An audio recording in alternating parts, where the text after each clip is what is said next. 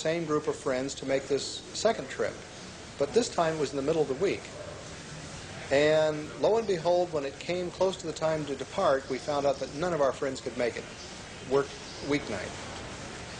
So Pearl says, "Boy, I don't think I want to go out there all alone." I said, "Oh, don't be ridiculous, dear." I said, "We obtained this information off radio, KVEG. Clear in Santa Monica, being broadcast from Las Vegas." I said, "There are people all over the western states that are hearing this. We have a tangential interest in UFOs at this point. Think of the people that have a voracious interest in the subject. You're going to have people going out there from all over, and I'm sure the word is spreading to other countries of the world. You'll probably have people out there from Australia and Europe and all over the map, to say nothing of the people from Las Vegas, close by." I said, "There could be scores, even hundreds of people out there. Don't be ridiculous." So we went out there.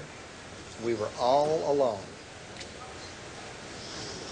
I was actually outraged. Well, anyway, we got out there, and I believe we arrived around 3:30 at the mailbox, and we decided to go to the Little Alien for dinner. And we came back and got to the mailbox by about 5:30. It was dusk and beginning to get dark. Wednesday, February 28, 1990, and I got out my lawn chair, and suddenly at 7:30, the first craft came up, and I was astounded. I leaped out of my lawn chair, had a camera around my neck, my 35mm point-and-shoot camera, Nikon Action Touch, and I took a couple of shots, and then we actually, about every 45 minutes, a craft would come up, one at a time. We saw 6 craft that night, each one in succession. And it was craft number about 2 or 3 that was the most dramatic. That is, it was the one that came the closest, and I took a photograph of it. What we actually saw, Michael, was a craft that was ellipsoidal in shape.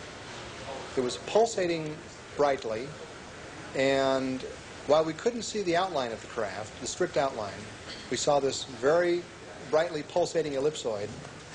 And when I snapped some shots, apparently the camera, with its low-end optics, that is, we didn't have a huge magnifying lens, so it didn't bring the craft in so close that it would have appeared as a giant blur of light. So, plus, it must have caught the craft in a trough of its pulse, because the photograph captured the craft beautifully. That is the outline of it.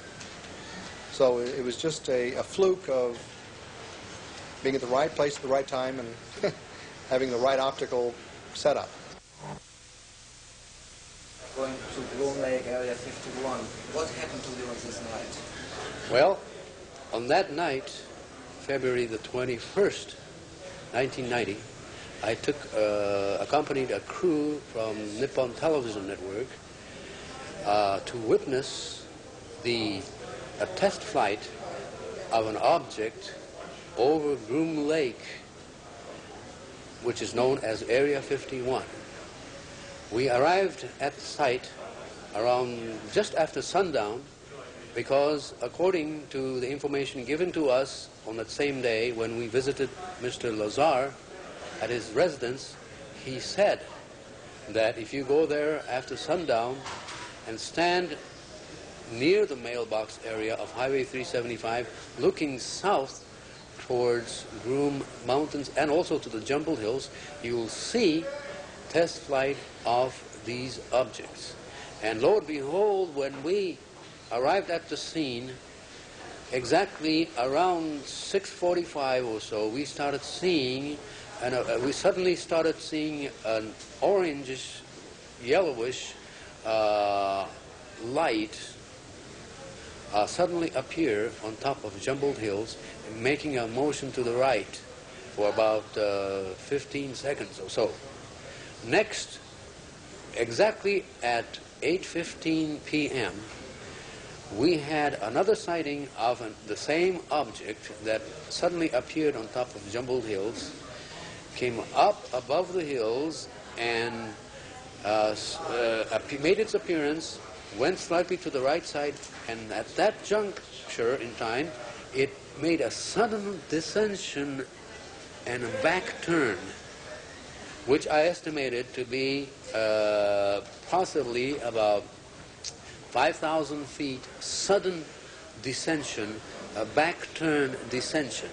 And I had never seen anything like that in my life ever. And it is definitely testified of highly unusual object, a demonstration of technology or propulsion system so exotic right now. We don't know what it was, but it was being tested at that very night. Well, I've become probably the expert on Area 51 in the United States since February 26th of 1991, which was my first trip out to Area 51. On that trip, I got as close as I have ever gotten to a flying saucer. It was the first time I'd ever seen a UFO, actually. I was traveling in a car with my friend down the road, and a very large object flashed over the car and then began to float probably about a mile away from us in the open desert. We got out of the car, ran towards the object, and got within a few hundred yards of a large disc-shaped object about 40 feet in diameter that looked like a saucer with a teacup on the top of it. It glowed a brilliant reddish-orange color and then glowed a real bright yellow color. On one occasion, we thought that the object was actually going to explode because it glowed so brilliantly. It would shoot up to about 200 feet in the air, make a falling leaf motion back and forth, and then go back down onto the ground. This object was amazing. I was so excited because I'd never seen anything before like this ever in my life.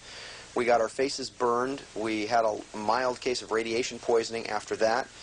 We had fevers for 3 or 4 days of about 102, 103 degrees, which we felt was radiation poisoning. And since then, I've been out to the Area 51 area probably some 40, 50 times or so, and have taken quite literally hundreds of people out there. We had gone to a place called Rachel, where there was supposed to have been this gathering of people, one of which I had heard on the radio in Los Angeles, and that's what seems so intriguing. We passed this large group of people in the middle of nowhere out in the desert. There was a tour bus and probably 24 cars or so, just in the middle of nowhere, total darkness. We went on by them and went into Rachel. We stayed there for about 45 minutes, just listening to the conversation going on, and decided that the place to be was probably the group of people that we had passed about 15 miles back. We went there and sat and began watching like it seemed everyone else was doing, and then we had the first actual sighting. I looked up in the sky, and I thought there was a really bright star up there, and I said, "John, is that star kind of moving?" And right about the same time I saw that, and he goes, "Yeah, I think it is." And right about that time, it just like a falling star dropped out of the sky, and just came straight down to right above a mountain range that was about 5 miles away from us, and just stopped there and hovered, and then moved around the mountains a little bit, making various maneuvers that no aircraft could possibly make. And then it didn't just stopped, and then it lowered itself down below the mountains out of view. And that was the first of many weird things we saw that night. And the people on the bus were there at that time. They all applauded like, "Oh, there was a sighting," and it was getting late. It was about it was not even quite midnight then. And so they all kind of applauded and said, "Well, that's there," and they all got in the bus and left. Did you recognize any details? Not at that time. Not at that time. That particular sighting was completely on the other side of this large valley that was at least 15, 20 miles across, at the point at where we saw it come down and float across the valley. Yeah. The most dramatic thing that happened that evening was after a large number of the people had left, including the tour bus. It was down to 3 cars, and we were sitting in the middle of these 3 cars and had been watching a light maneuvering kind of wildly out on the other side of the valley, and were just intrigued as it came straight toward us, as if it was singling out Jeff and I in particular. Yeah. From this immense distance away in a straight line, and there was a car on the other side, on our right side, that had the dome light on, and they were making sandwiches.